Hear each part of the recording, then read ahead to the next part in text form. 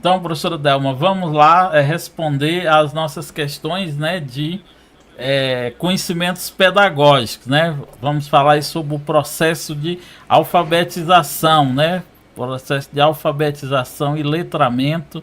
Nossa digníssima Magda Soares, né, que vai falar sobre o processo de alfabetização e letramento, né? E vamos ter os conceitos, né, a respeito dos métodos clássicos, né, que são utilizados na alfabetização e letramento. Aí nós temos aqui, né, o método sintético e o método analítico, o escola novista, interacionista, o método experimental.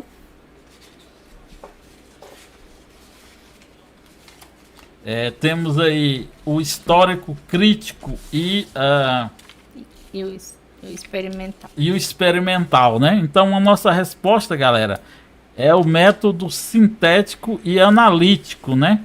É na nossa resposta, letra A, método sintético e analítico, que o sintético é aquele em que você vai apenas demonstrar as letras, as sílabas, as consoantes, as vogais e assim sucessivamente. E temos aquele que é o analítico, que você vai demonstrar para a criança algum objeto relacionado ao início da letra, para que a criança, ou uma sequência de símbolos ou signos que nós chamamos também, para que a criança venha a desenvolver aí e formar a própria palavra, né? Parecido com o método do Paulo Freire.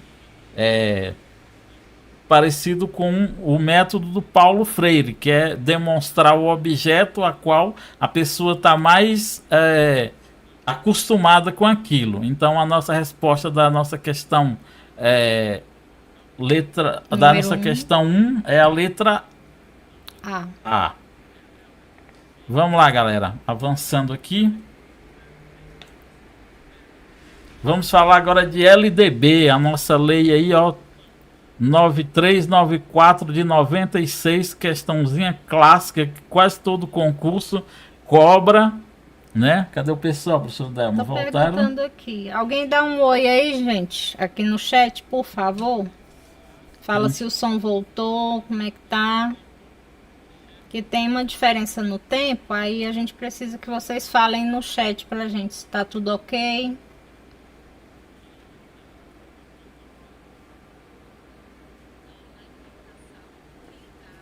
Cobra, né? Cadê o pessoal? E aí, Rúbia? Falou aí. Tá certo, né? Beleza, vamos lá então. A Rubia falou que tá ok, o Pedro, a Júlia, a Dani, ótimo. Fica aí com a gente, galera. Isso, vamos lá então. Bora. Questãozinha clássica, né, professora Delma, aí de LDB, né, que vai falar.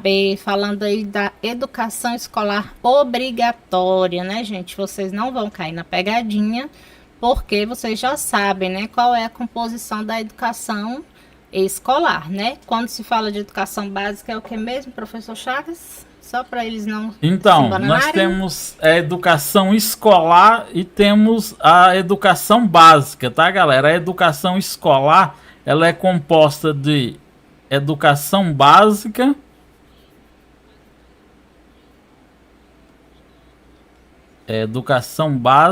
e educação superior. Daqui do outro lado nós temos educação superior.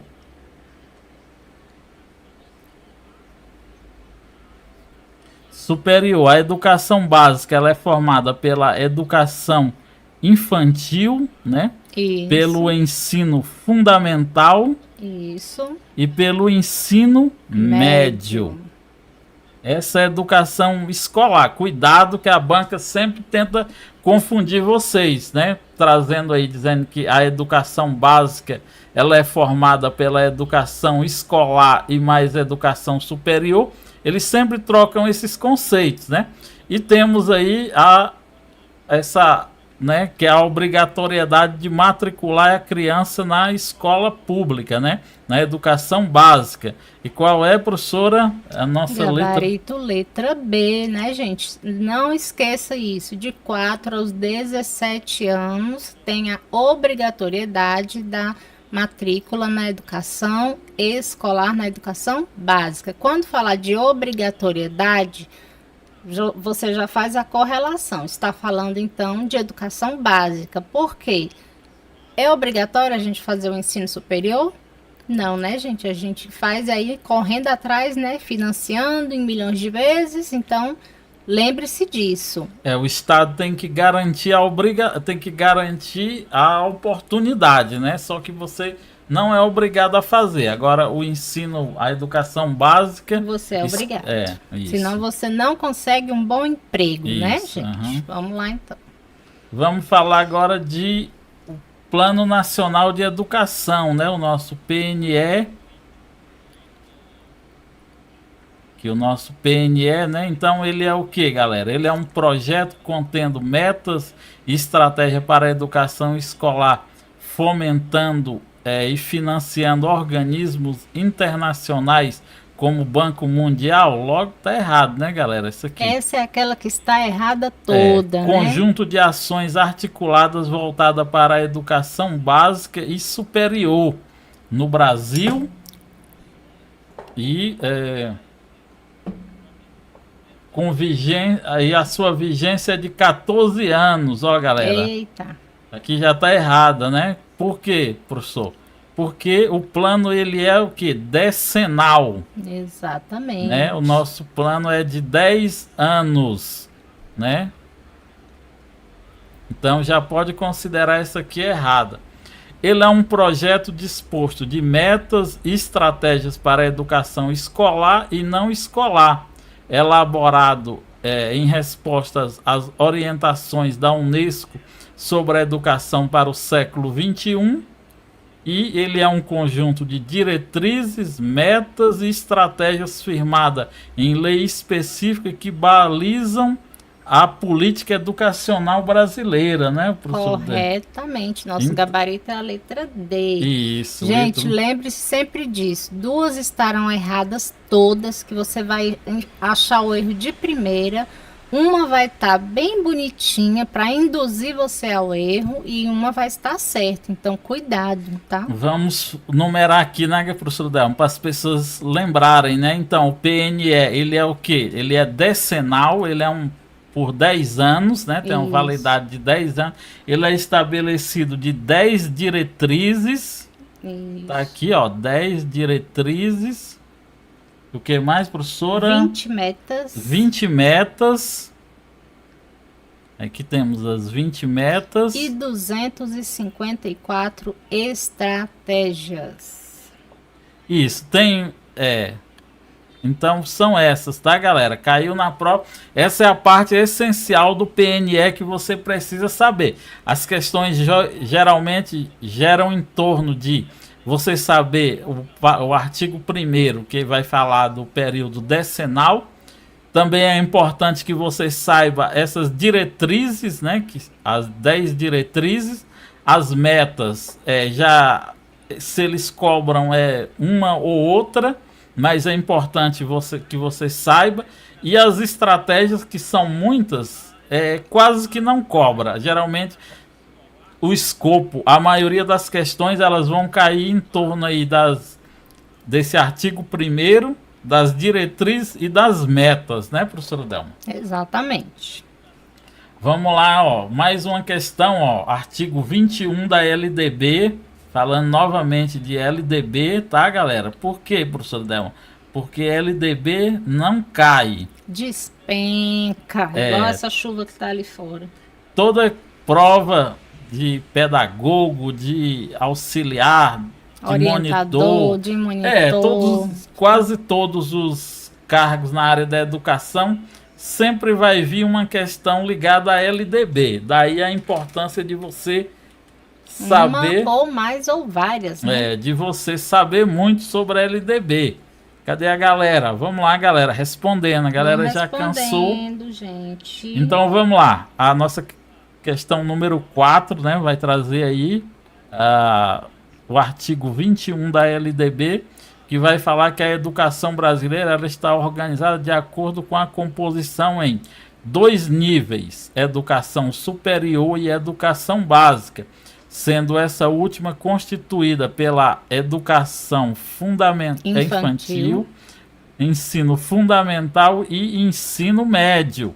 Foi o que nós acabamos de explicar de ver, aqui, né? Uhum. Tá vendo? Às vezes, se você não sabe, não responde na hora. Lá na frente pode estar a resposta, né? Assim como a Júlia falou lá no começo, Júlia Vitória, que a maioria das respostas está no enunciado. Então não tenha pressa, mas saiba que você precisa fazer sua prova no tempo certo, mas não tenha pressa de sair marcando de qualquer jeito não, para você não perder a questão, porque a resposta pode estar na próxima questão, tá bom?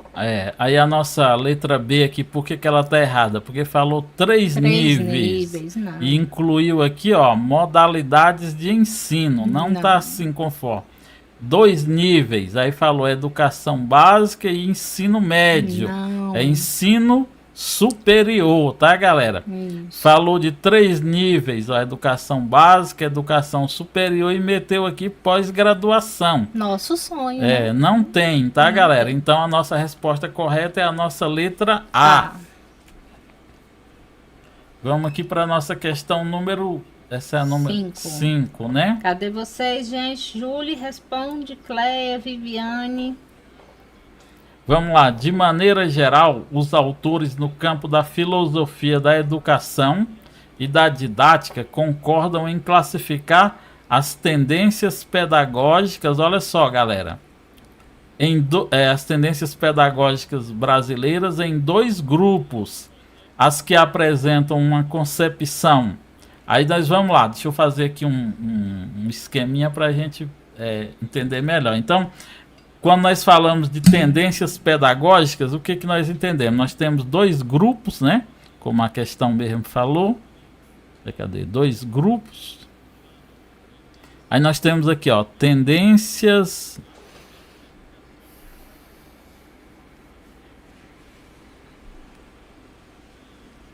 Por que tendências? O que é uma tendência, professora Delma? A Júlia falou, é isso mesmo. Uma tendência é uma coisa que está em alta, né? Isso. Está na moda. Qual é a moda, a tendência do momento? Todo mundo quer ser Anitta, né? Mas ser Anitta não é fácil, não. Não pense que é fácil. Ela mesma disse, palavras dela. Nós temos de um lado as tendências liberais, ou tradicionais, né? Nós chamamos... E também chamamos de tendências liberais ou tradicionais. Não, isso mesmo. Temos as tendências liberais e temos as tendências progressistas.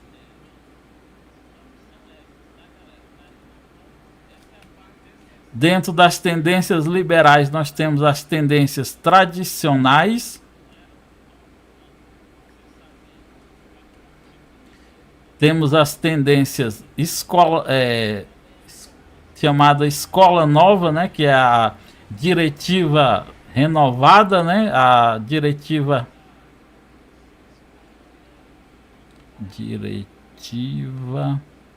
renovada. Temos a diretiva não renovada.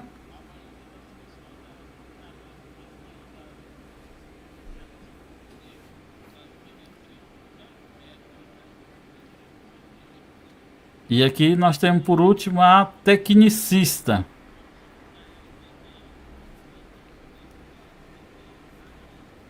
E do outro lado nós temos nas progressistas, nós temos a libertadora.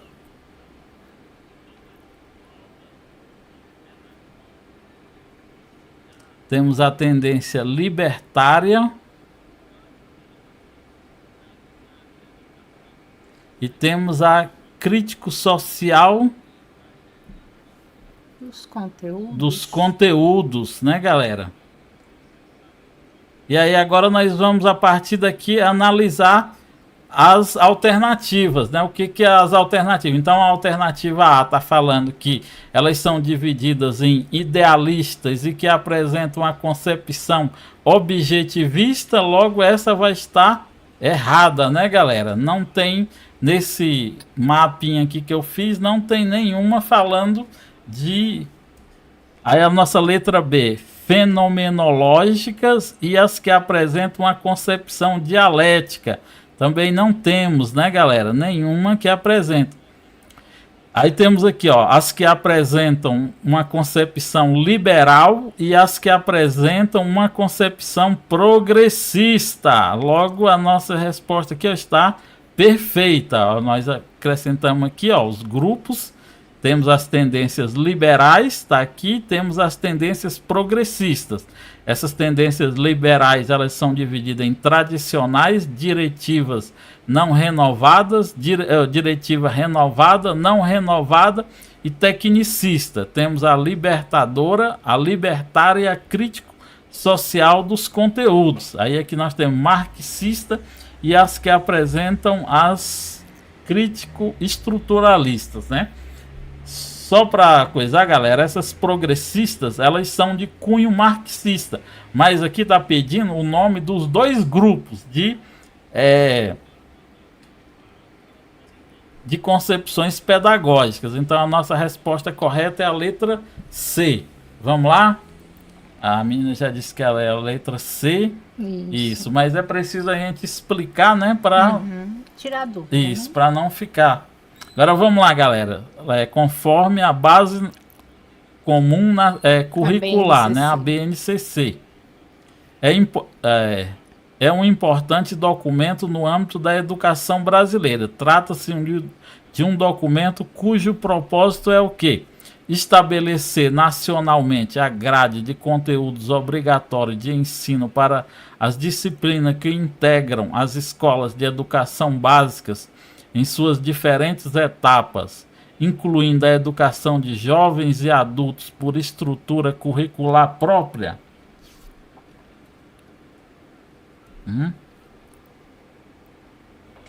Deixa eu coisar aqui, baixa aqui.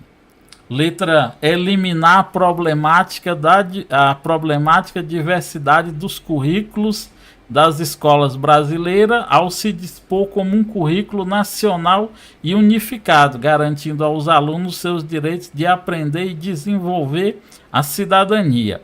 E letra B, letra C, o conjunto orgânico e progressivo de aprendizagens essenciais que devem ser adquiridas nas etapas e modalidades da educação básica, assegurando aos alunos os seus direitos de aprendizagem e desenvolvimento, né? Perfeito, né, professor Delma? Exatamente, certinho. Olha só, galera, todas estão parecendo certas, mas tem uma que está perfeita, né? Ela não está certa, ela está perfeita, né? Então, conforme dispõe lá, a BNCC ela vai propor exatamente isso, né? Definir um conjunto orgânico e progressivo de aprendizagens essenciais que devem ser adquiridas nas etapas e modalidades da educação básica. A nossa letra D aqui fala da determinar as aprendizagens essenciais para a educação básica e para a educação superior, né? Falou de educação básica e educação superior, buscando garantir o direito dos alunos à aprendizagem ao desenvolvimento ao longo da vida, né? O que tornou errado aqui foi esse ensino superior, né? Que não fala lá. Vamos lá para nossas questões número 7, né? Que vai falar do cuidar e do educar. As noções de cuidar e educar integram as referências conceituais que balizam as diretrizes curriculares nacionais gerais da educação básica, né, as DCN, conforme as referidas diretrizes. O cuidar e o educar deve ser compreendido como... Leia aí, professor Del. Letra A. Dimensões inseparáveis. cuja pertinência está em recuperar a função social deste nível da educação e restabelecer o educando no centro da educação escolar. Letra B. Formas de conduta dos docentes, o que implica em separar o processo pedagógico e o cuidar, o educar e o instruir. Letra C. Modos de conceber o processo educativo que se circunscrevem à etapa da educação infantil, visto que são noções impróprias para o ensino médio. E letra D. Aspectos do ato educativo que devem necessariamente integrar o trabalho pedagógico nas creches e que devem ser considerados separadamente. E aí, gente, prestem bem atenção. Essa daqui é daquelas mais fáceis que tem aí, porque fala sobre o cuidar e o educar, que a gente sabe que tem que andar junto, né? E se tem que andar junto, não pode separar, né? Então, onde estiver falando que vai separar, você já liga o seu alerta, né? Não tá certo. Então, ó, na letra A tá falando lá, ó, dimensões inseparáveis. Cuidado, ó, você já tá cansado, tá no final da prova e você pode achar que inseparáveis é aquilo que separa. Inseparáveis é o que, professor? É indissociável, né? Pode aparecer tanto essa palavra inseparável como indissociável. Eles não podem separar, os dois têm que andar juntos, né? Tanto o brincar como o educar. Antigamente, o brincar era considerado somente como uma atividade aleatória, né? Era o momento que o professor ficava livre para respirar. Hoje não, o brincar, o cuidar lá, o momento da recreação é um momento em que você também está ali observando, né, o comportamento da criança, o desenvolvimento motor dele, a psicomotricidade, o desenvolvimento cognitivo. Então, também é um momento de avaliação e de você também praticar com ele ali alguma atividade pedagógica no brincar, né? Ele nem vai perceber e você vai conseguir assimilar como é que essa criança tá. Então, não pode separar o brincar e o educar, certo? Então, o nosso gabarito aí é a letra A. Deixa eu só explicar que a letra D, né, professor Delmo? A letra D estava certinha até chegar aqui, ó, em ser considerado, ó, como examinador é mau. Ele coloca, né, ó, os aspectos educativos que devem se desenvolver necessariamente, integrar o trabalho pedagógico nas creches, né, que é certinho, né, o brincar, sim, brincar, cuidar, o educar. Isso. E devem ser considerados separadamente. Se vier uma questão igual essa, mas se aqui tiver considerados inseparáveis, a questão vai estar certa. Sim. O que tornou a questão errada foi que eles colocaram aqui separadamente, tá bom? Aqui a questão C, eles meteram noções impróprias, né? E aqui eles também falaram em separar o processo, né? Separar o processo de pedagógico, de cuidar, educar e instruir. Não existe essa separação, gente, tá? Quando falar que vai separar, tá errado. Questão número 8. Falando aí, vamos lá. Da lei de inclusão. Da lei de inclusão, lei brasileira de inclusão. Vamos lá. A lei brasileira de inclusão constitui um marco importante para a ampliação de direitos sociais. A respeito da educação escolar, a referida lei estabelece que esta se constitui como direito da pessoa com deficiência, sendo assegurado. Faço uma ressalva aqui para você. Não conhece a lei da inclusão? Vá bem ali, ó, tá lá, acima lá na questão mesmo, professor. Bem aí, ó. A lei, ela é de 2015. Você vai colocar lá no Google, coloca bem assim: Lei Brasileira da Inclusão /2015 compilado, que é para aparecer para você ela já atualizada. Tudo certinho para você estudar certinho, tá, gente? E é uma coisa que está caindo muito nas provas, tá? A Lei Brasileira de Inclusão. Então, tem que estudar. Explica aí, professora Delma, a parte aí para as pessoas entenderem o que, que é a Lei Brasileira de Inclusão, para eles entenderem essa parte de inclusão e educação especial. Tá, vamos lá, fazer aquele círculo aí pra gente. Imagina esse círculo aqui, gente, ó. O círculo grande é a inclusão, cabe todos, tem que caber todos. Quem são todos aqui? Todos aqui são os cadeirantes, as pessoas com deficiência, as pessoas com obesidade, as pessoas com qualquer dificuldade de locomoção, os idosos, as gestantes, as lactantes. Tá vendo que saiu do rumo da educação, chegou até nos idosos, a mãezinha com criança de colo, né? Quando você tá lá no ônibus, aí não tem lá o assento preferencial e tá lá, tem aquelas 4 figurinhas ou 5, eu acho. Tem uma gestante, um idoso, uma mãezinha com a criança de colo e um cadeirante, né? Então você tem que ceder aquele lugar que, se você estiver sentado lá, você tem que levantar, porque ele é daquelas pessoas. O ônibus está fazendo uma inclusão. Dentro deste círculo aí, faz um menor, professor, por favor.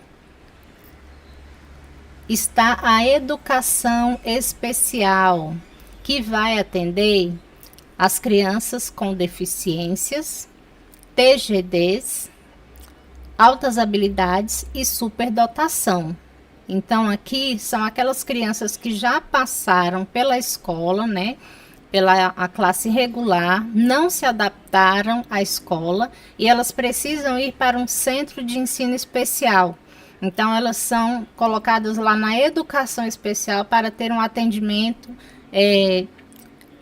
diferenciado por profissionais qualificados, né? Porque para você atuar na educação especial, você precisa fazer cursos de especialização na área. Não basta só ter o curso de pedagogia.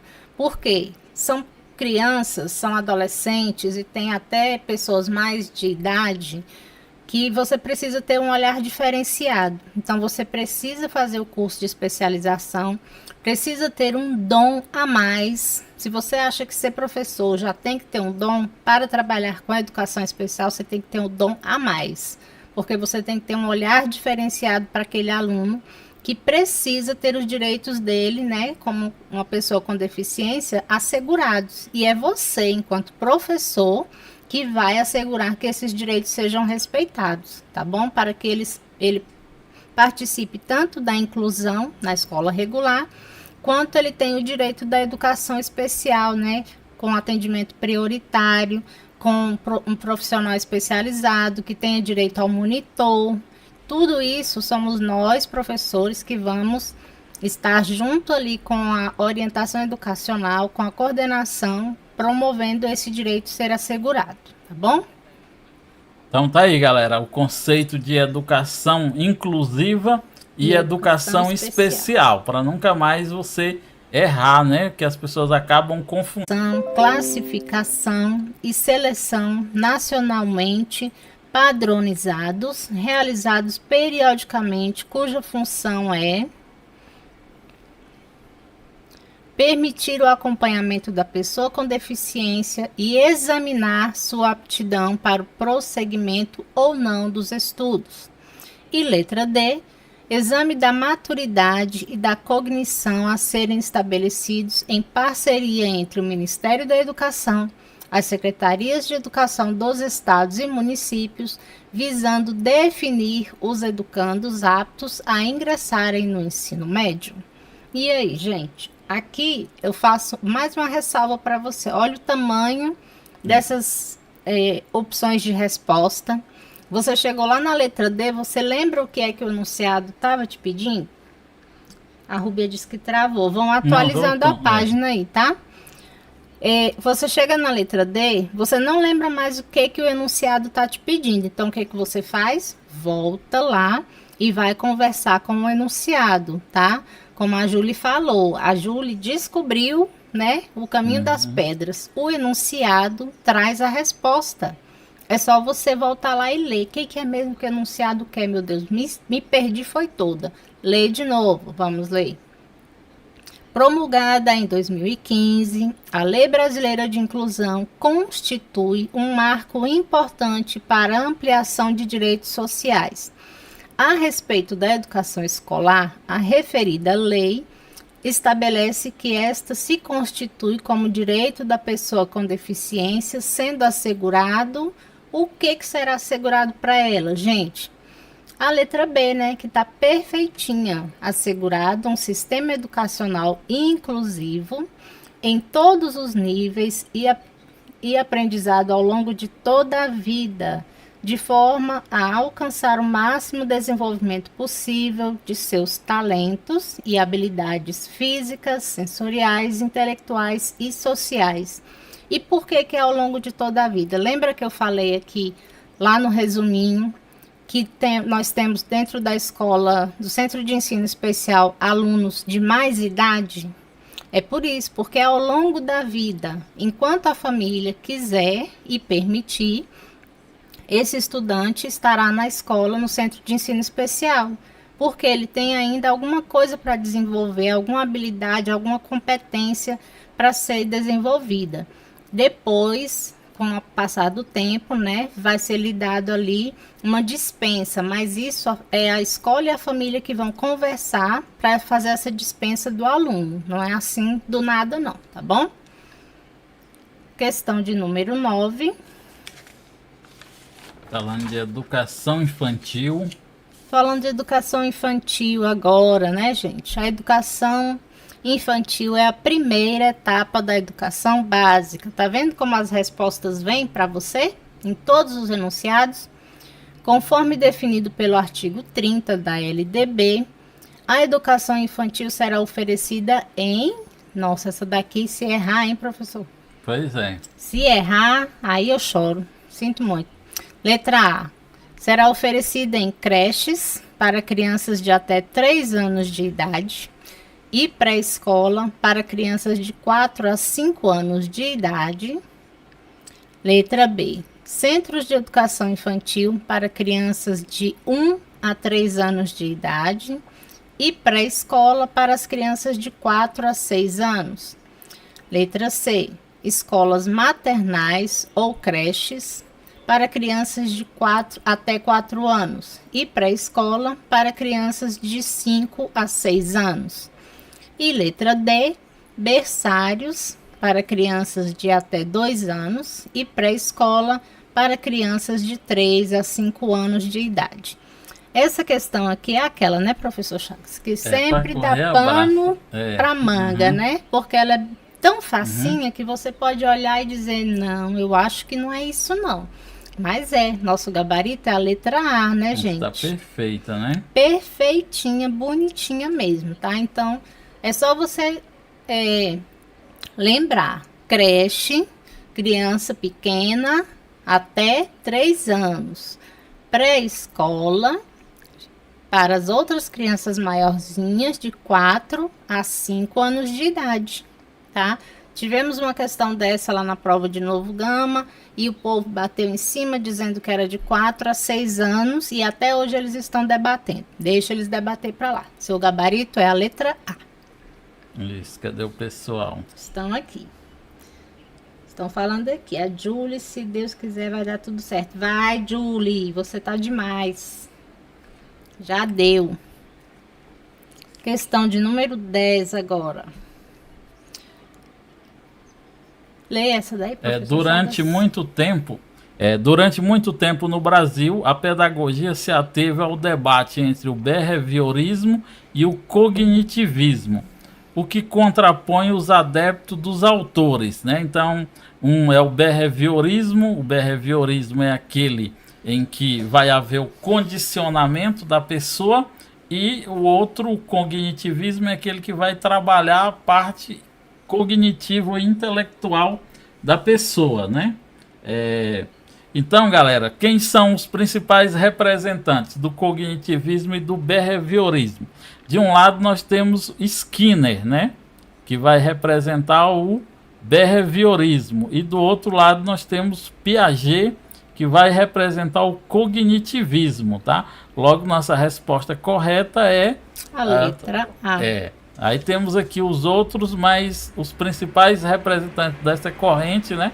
Nenhum, aqui não tem mais nenhum outro. Você poderia ir por eliminação, ó. Vygotsky não é behaviorista nem Luria, Dill também não, Freire muito menos, Bruner também não e nem o Cole. Então a nossa resposta correta logo é a letra A, beleza? Vamos aqui para a nossa questão número 11. Olha o tamanho dessa questão, galera, olha só. Olha o tamanho desse enunciado, desse texto. Aqui, gente, é uma questão de compreensão de texto, porque o enunciado diz assim para você, ó, leia o texto a seguir. Só por aqui você já entende que a resposta vai ter que sair de dentro desse texto, correto? Vamos lá, professora Delma. Antes de mais nada, portanto, é preciso constatar o estado de alguma coisa. Um objeto, um espaço, um projeto, uma ação, a aprendizagem, uma pessoa. Tendo por base suas propriedades específicas. Por exemplo, constato a existência de uma cadeira e de seu estado a partir de suas propriedades físicas, ou seja, suas características. Ela é de madeira, com 4 pernas, tem o assento, estofado, de cor verde. A constatação sustenta a configuração do objeto, a cadeira. Tendo por base suas propriedades como estão no momento,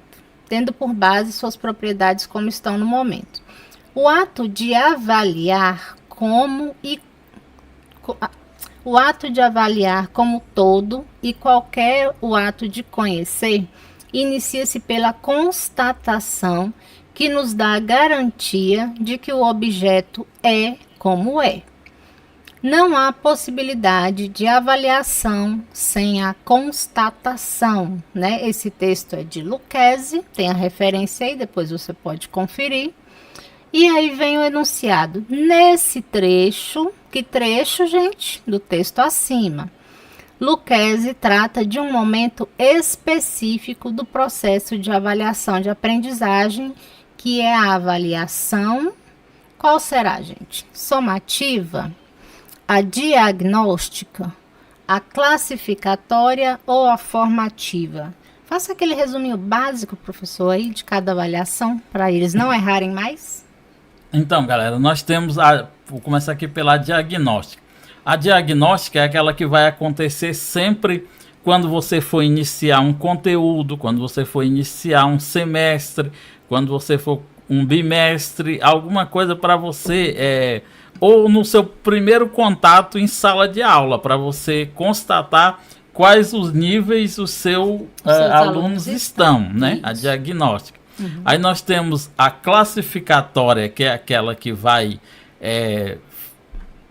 classificar, já está dizendo, vai classificar a pessoa para uma próxima etapa. Isso. Tanto do ensino médio, do ensino fundamental ou do ensino médio. Isso. Nós temos aquela somativa, que é aquela em que o professor vai fazer a soma das notas do aluno, né, aquela avaliação, e a formativa, né, para saber de fato se essas notas vão garantir aquele aluno a possibilidade de classificação para uma próxima fase, né? Isso. Logo a nossa resposta aí é a nossa letra B, né? Letra B, gente, avaliação diagnóstica. Aí você volta lá no texto para tirar dúvida e veja bem que Lucchesi deu para você um texto em que ele está falando como está a cadeira naquele momento, né? Circula bem aqui, professor. Uhum. Naquele momento, ou seja, toda vez que você for fazer a avaliação diagnóstica do aluno, é no momento. Quando for no outro bimestre, é outra avaliação, porque é outro momento. Então, cada momento terá uma avaliação diagnóstica, porque é aí que você vai avaliar o desenvolvimento, a evolução do aluno. Beleza? E até essa avaliação diagnóstica, ela acaba por pecar, porque talvez... como uma prova objetiva, talvez a pessoa não esteja bem, esteja com algum problema, e aí ela não vai se sair bem naquela prova, naquele determinado momento. Mas isso não quer dizer que ela não saiba aquilo que foi proposto para ela, né? Exatamente, é o que eu sempre converso com uma amiga minha e a gente sempre fala, gente, e levem para a vida de vocês. Essa avaliação diagnóstica é exatamente o que vocês vão passar lá no concurso, porque a banca examinadora não está olhando para você como pessoa, ela está avaliando os gabaritos que você vai marcar e vai fazer uma somatória e vai dizer, você tirou tanto, você tirou tanto. Mas ele não quer saber se você está bem, se você está com dor de cabeça, se você teve uma crise de ansiedade quando chegou no local, se você não dormiu bem, se você não se alimentou bem. Ele não quer saber de nada disso, tá? Então isso não define você. Uma prova não define ninguém, tá? O que define você é o seu caráter, a sua dedicação e a sua honestidade. Vamos lá, questão número 12, né? Fala assim: no Brasil, de acordo com a legislação vigente, a educação especial, a educação escolar indígena e a educação quilombola, elas são definidas como modelo de atendimento educacional, modalidades da educação básica, modelos reparadores da educação, né, ou modelos do ensino supletivo. Essa aqui também, né, galera? Se vocês errarem, Não, por favor, né, gente? Essa aí é facinho. Por quê, gente? Ali no enunciado já falou, ó, educação especial, educação indígena, educação quilombola. O que são isso? Isso são modalidades da educação básica. Nunca mais na sua vida esqueça isso, tá bom? O que o examinador vai tentar? Ele vai dizer que são etapas, né, professor? Pode vir também, né? O examinador gosta de pegar você, fazer um peguinha, né? Sim. Principalmente, galera, essas questões, elas vêm, né, como vocês sabem, conhecimentos específicos ficam no final da prova. Então, ele coloca lá, etapa, aí você já está cansado, já está ali saturado, doido para ir embora, e aí você não percebe e acaba errando, né? Sim. Ele bota umas coisas bem absurdas, ó. Botou aqui que são modelos de educação, de atendimento, modelos reparadores, ó. Não tem nada a ver. Nada a ver. Modalidades do ensino supletivo. Aqui seria onde você cairia, né? Porque dá até um pouco, deixa a questão dúbia, né, professor, também? Porque pode ter essa educação indígena essas especial, modalidades no supletivo, né? Isso, mas a que está mais correta mesmo é a letra B, né? Não tem como você fugir dela. Vamos lá para a nossa questão número 13, né? Falando aí dos fundamentos pedagógicos, né? A partir dos fundamentos pedagógicos da ABNCC apresenta como foco o desenvolvimento, letra A, de habilidades, letra B, de atitudes, letra C, de valores ou letra D, de competências. Essa daqui é aquela malvada. É aquela que você vai olhar para ela e já vai riscar ali a letra B, que você já sabe que não é. Vai riscar a letra C, que você sabe que não é. E aí onde mora aquele perigo? É a letra A ou a letra D? E agora, socorro Deus. Essa é a hora que você pede socorro, porque você vai ficar na dúvida. Será que é habilidade? Será que é competência? E aí, o que você marcou aí para mim? Diz aí, Julie, Carita, falem aí para mim o que vocês marcaram. Coloca 13 para a gente saber qual questão vocês estão falando. Fala aí, 13, você marcou o quê? Só para mim saber aqui. Que aqui é aquela questão que a banca examinadora ela é malvada, né? Não tá difícil, tá bem facinha, mas se você não souber, você vai cair. E aí é onde mora o perigo, por isso que a gente fala, tem que saber a teoria, tem que estudar, não adianta, tem que dar uma lida nos documentos, tem que estudar algumas aulas da BNCC, da LDB, do PNE, não adianta, senão você não consegue responder as questões, tá, gente? Nosso gabarito aqui, ó, é a letra D de dado, né? as competências. Isso. E aí você poderia, né, cair lá nas habilidades, mas não é, são as competências. Qual é a diferença, professor, de habilidades para competências? Então, habilidades são. Deixa eu ver aqui como é que eu explico. Habilidades são algo que você consegue fazer Sozinho. sozinho, né?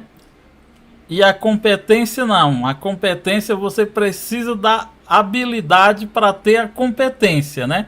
Elas vão se somando uma à outra, né? Tipo, a habilidade você não precisa ter a competência para desenvolver, mas já a competência precisa da habilidade. Você só é competente se você tiver uma determinada habilidade, né? Tipo, Exatamente. Vamos levar para o dia a dia? isso, O vamos. arroz. Vamos Isso. falar de arroz? Isso.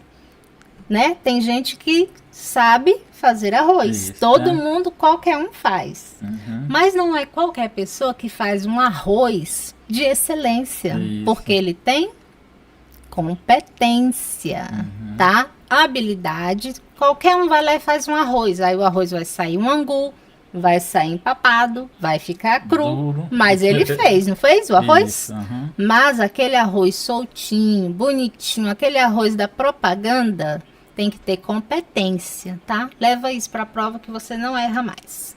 Beleza, vamos para nossa questão número 14, né? Nossa penúltima questão, que vai falar da pedagogia tradicional. Mais uma vez aí falando de tendências, né?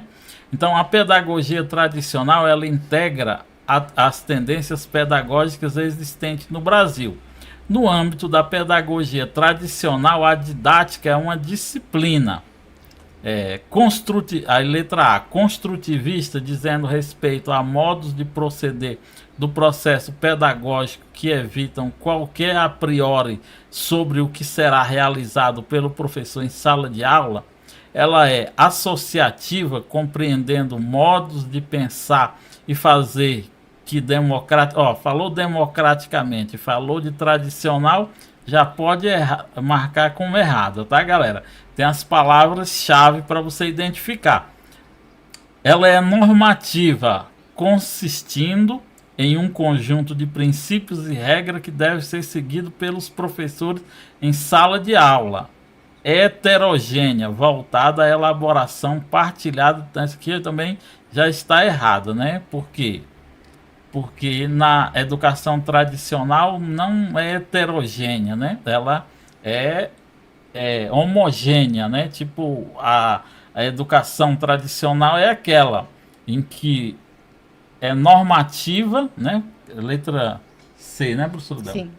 É a letra C, né? Ela é normativa, consistindo em um conjunto de regras ou verdades absolutas que simplesmente o professor é o transmissor absoluto do conhecimento, o aluno é aquele receptor, né? Tem até a charge, né, do professor jogando com a pá um monte de informações na boca do aluno, e que também Paulo Freire vai chamar de educação bancária, né, que é aquela em que o aluno não pode questionar os saberes absolutos do professor, né, que é aquele ser de luz, iluminado, que vai trazer a luz para aquele aluno. Então, quando falar de educação tradicional, lembre-se disso, tá? Falou de democrático, já elimina que não é democrático. Falou de trabalho heterogêneo, voltado à elaboração e partilhado, ou seja, trabalhado de forma coletiva, também já está errado, né? Aí aqui ficamos duas, né? Porque quando falamos de construtivista, nós lembramos do Piaget. Piaget, ele é construtivista, porém ele ainda trabalha dentro da perspectiva tradicional. Aí poderia confundir vocês. Mas a que está mais completa é a letra C. Ela é normativa, consistindo num conjunto de... Muito bem, meninas, estão indo muito bem. Isso, vamos lá para a nossa última questão aqui, né? E vamos fazer o nosso sorteio.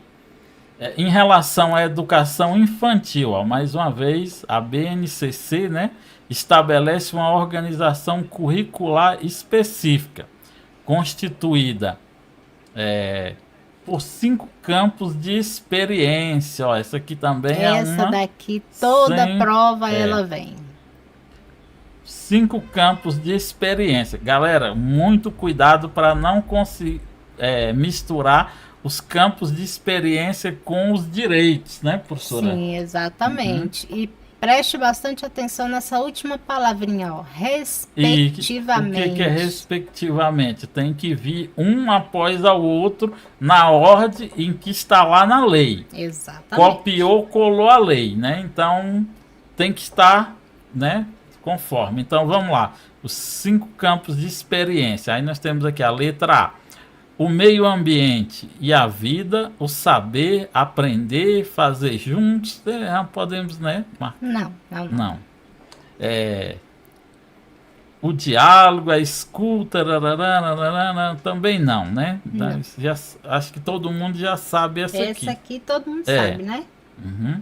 Então, galera, a nossa resposta é a letra C, né, professora Delma? Exatamente. O eu, o outro, o nós, o corpo, gesto, movimento. Gente, isso aqui vem lá no seu planejamento. Quando a sua coordenadora entrega para você o planejamento mensal, isso aqui é o que está lá na primeira página. O eu, o outro, o nós, o corpo, o gesto, o movimento, desse jeitinho, nesta sequência exata, tá? E quando você estiver em sala de aula, você vai lembrar de mim quando você pegar seu planejamento mensal. O que você tem que trabalhar naquele mês? O eu, o outro, o nós, o corpo e os demais itens aí. Você vai lembrar de mim, tenho certeza. E se você já está dentro da sala de aula, você sabe que é essa daí, né? O pessoal, professora Delma, tá com uma certa dificuldade aí na questão 13? Acho que é 13, né? Eles estão falando aqui, eu acho que é a D. É a D mesmo. 13 é a letra D de dado. Competência. Que A outra diz que é a Clea marcou letra C, Crolos Play marcou letra C, errei, coloquei letra A. Sim, gente, mas é a letra D, tá bom? Essa aqui é uma questão que você tem que estar bem atento, porque ela vai levar você ao erro se você não prestar atenção. E outra coisa, não saiam da questão, não extrapolem a questão, vão embora, vão lá em Nárnia e voltem. Que quando vocês voltarem, vocês não vão saber mais o que tem que marcar. Vamos ver aqui, vamos fazer bota aqui na BNCC pra gente ver aqui.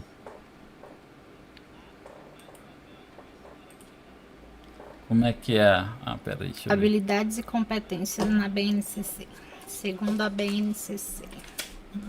Enquanto isso, eu vou colocando o nome de quem está aqui comigo, com a gente. Não, são fundamentos. Deixa eu ver como é que tá lá na questão. Onde é que é?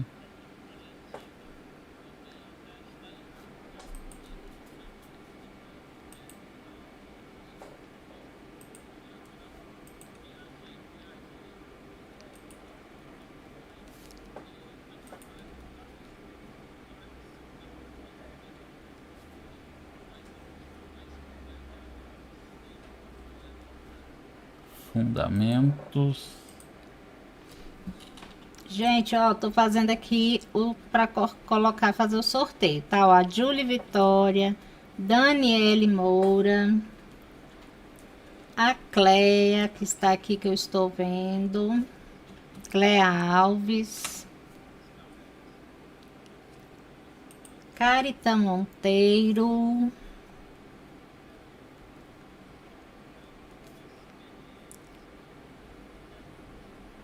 Carita Monteiro, quem mais? Rubian Daniela, Johnny Lucas tá aí, né? Vai fazer para professor também? Rubian.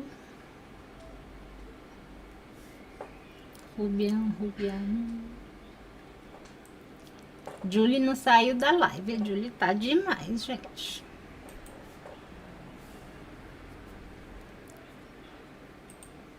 Aqui, ó, galera. Fala aqui, ó. Os fundamentos pedagógicos da BNCC definem 3 campos de competências. Ó. Então, são competências que devem estar no ambiente educacional, tanto pessoal, social, cognitiva e comunicativas. Aí aqui nós temos aqui, ó, o campo de desenvolvimento de competência da educação. Isso quer dizer que deve ser discutida o que devem saber e o que devem fazer. Exatamente. Ficou claro, gente?